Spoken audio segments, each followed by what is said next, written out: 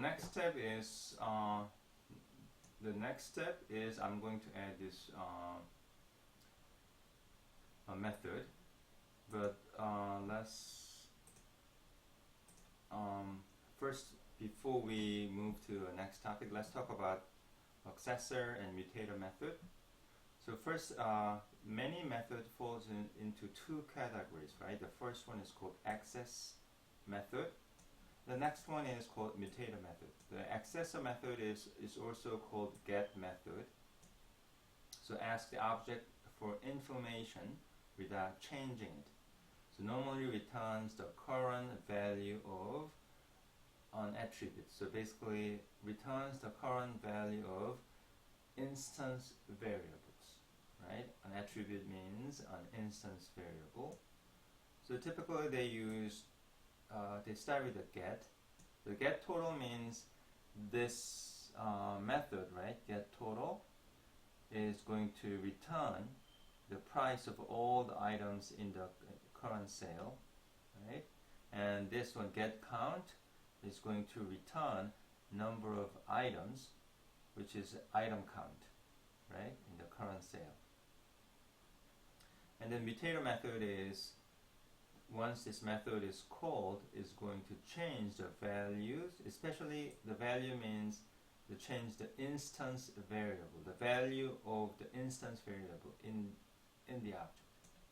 And usually take a parameter that will be changed an instance variable. So add item, you can think this is as a mutator method, because once this add item is called, the item count, right, and total price, the values of these two instance variables they are going to be changed, right? So you can think the add item as mutator method. And also this mutator method is called set method. Set. So this is a get, and then we have a set method.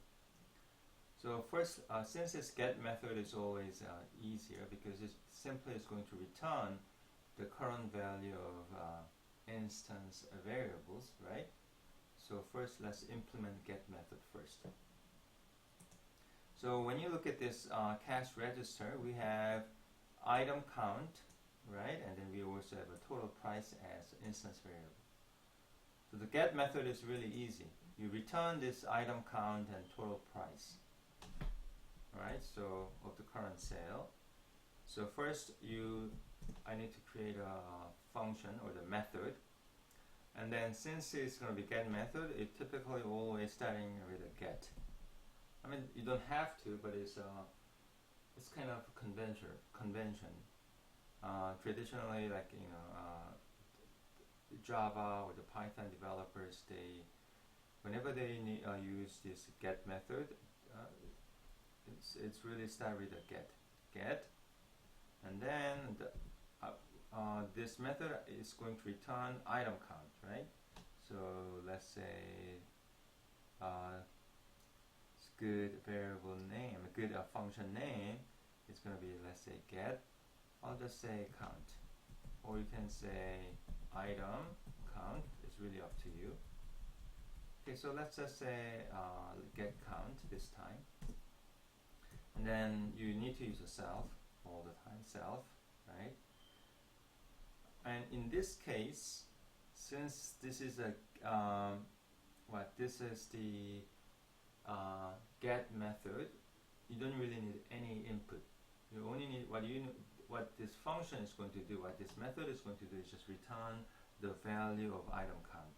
So there's no input, and then you just say simply return what self dot item count, right? You cannot just say underscore item count. Whenever you use instance variable name within the class definitions, you always have to use a self. Okay, so whenever you need to use instance variable name. Okay, so I also need another get method for the total price. So it's going to be def get let's say underscore price,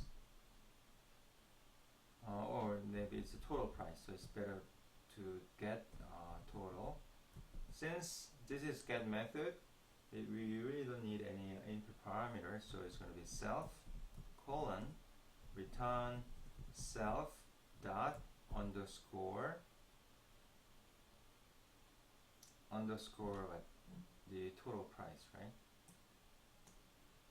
Underscore total price. So that's it. So this is the get method. It's called accessor method. Get method. But the other different name for this is what? Accessor method, right? So let's compile this to see if I have any syntax error. Good.